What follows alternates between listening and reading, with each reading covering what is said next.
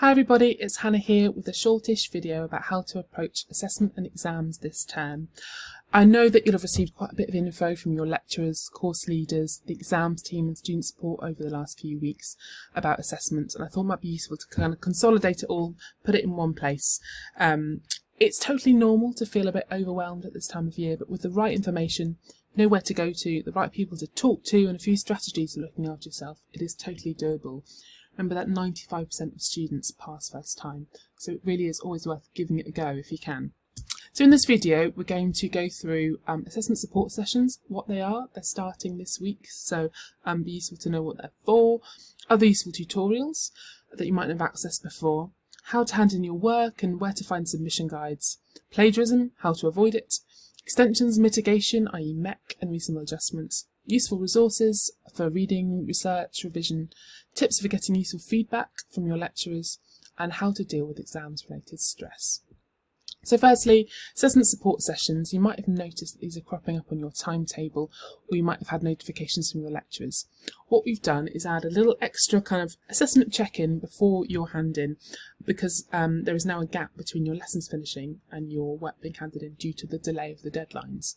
So these are essentially short sessions open to all of your class for those last-minute niggling questions you might have about an assessment. So it could be something in the brief that you want to quickly check.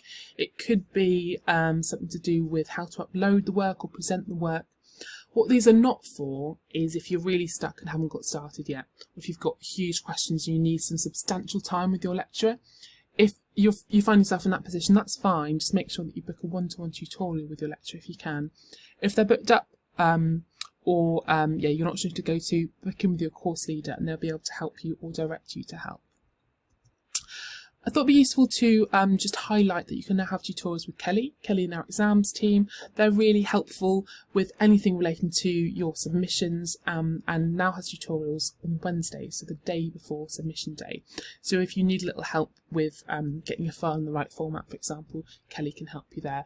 Kelly's also a bit of a music theory whiz, so if you want some extra help on that front, they can help you on that too. And then, of course, Pete and Jess, so our Head of Academic Studies, Peter Spivey, and Jess, who works really closely with him, can help with all manner of academic queries, no matter the module. So if you've got questions about referencing, research, structuring, how to support your argument, anything like that, they can help you out, and they'd love to see some new faces. So if you haven't met them before, please find them on the Moodle tutorials page and book in. Thought it's useful to quickly go over where to find more information on how to hand in your work. This term, of course, lots of exams are now assessments and submissions, and many of these are large files, so video performances, for example. And there's a 3 GB limit on Moodle, so you need to make sure that you can compress your videos or compress your files so that they upload smoothly. So last week, Elise sent you an email. It looks like this. So dig that out. It's from Elise Thayer.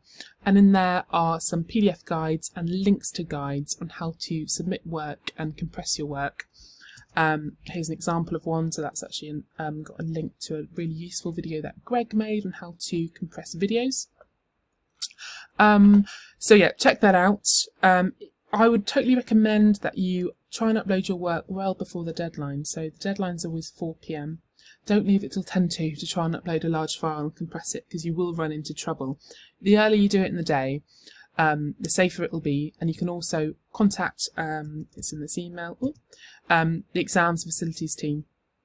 And they can also do a quick Zoom call with you if you're having real issues to troubleshoot any problems with your files. Okay, so a little bit about plagiarism. Don't get caught out, basically. Plagiarism is when you submit work that is not entirely your own work.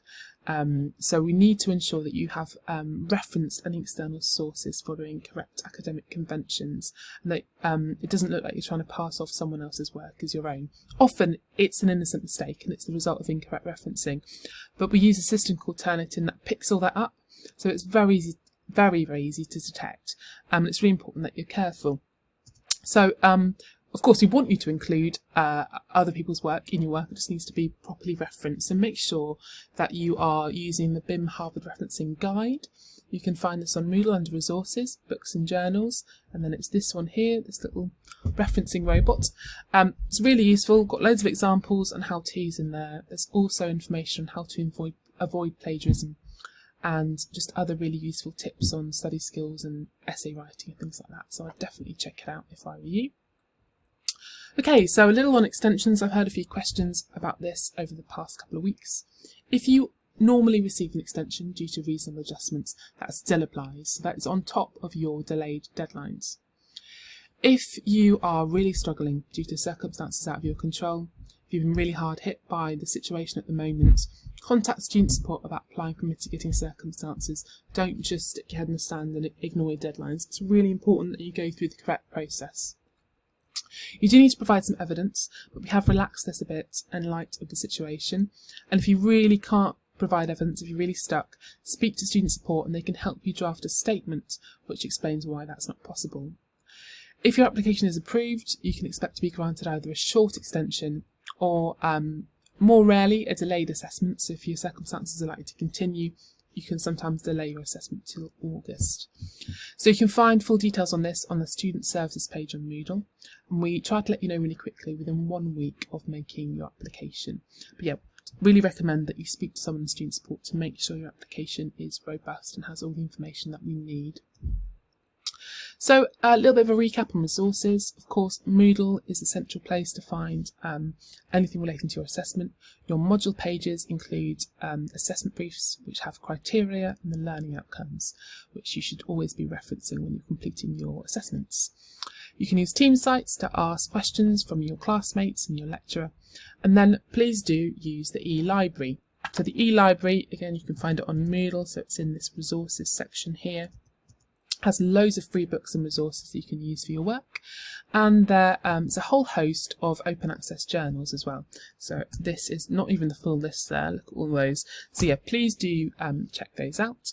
And of course, book tutorials. Tutorials are still available.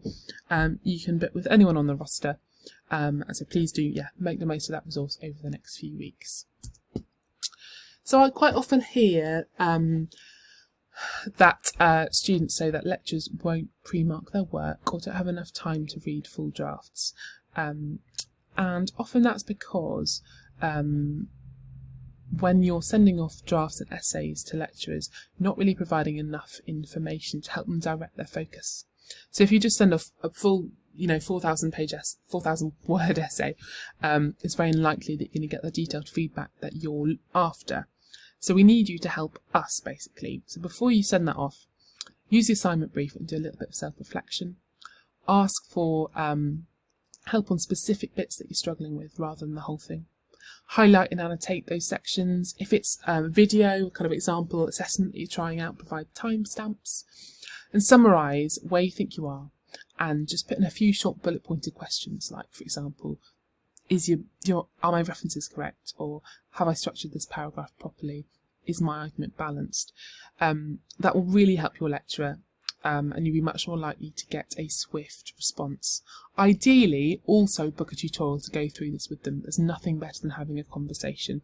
Even if it's not the lecturer that teaches you, maybe your course leader can help you out with this as well. And if you're comfortable doing so, you can always post questions on the team site and see what your classmates think as well. So finally, a few tips on dealing with exam stress. There's loads of advice on the internet, and I'm actually going to link to some stuff below this video. But we definitely recommend breaking your revision of coursework down into manageable chunks. There's no point trying to work on multiple things at once. It's really easy to get overwhelmed that way, so just break it down into just paragraphs at a time. And make sure you ask for help from friends, lecturers, relatives. If you're stuck at home at the moment, make the most of the people around you to get a second opinion. And when you set the smaller goals, give yourself little breaks in between them. Like, I'm just going to sort out this referencing section and then I'm going to have a nice delicious snack, or watch a YouTube video, have a treat for some kind, and then do the same for the next section. It's really important to take breaks. We can't focus on anything for too long. You'll just get tired and frustrated. And if you're feeling really overwhelmed, go for a walk. or have a proper rest. Give yourself a break. There's no point worrying and staring at the same blank piece of paper for hours on end. That will only make it worse. So do allow yourself to have breaks and do what you can when you can. There's just no point dwelling on things if you're just not making any progress.